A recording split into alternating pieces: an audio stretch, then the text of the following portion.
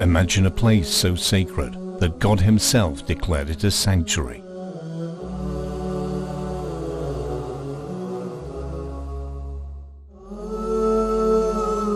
Mecca,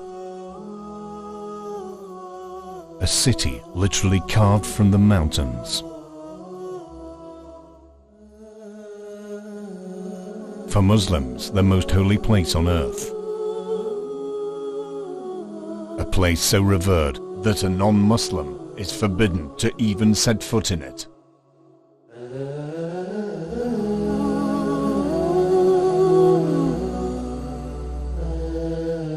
At the center of Mecca is the Haram. And at the center of the Haram is the Kaaba.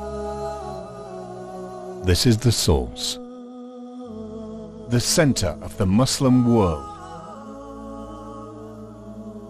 with unrestricted access across 24 hours. For the first time in history, witness the inner workings of the Haram as seen through the eyes of the workers.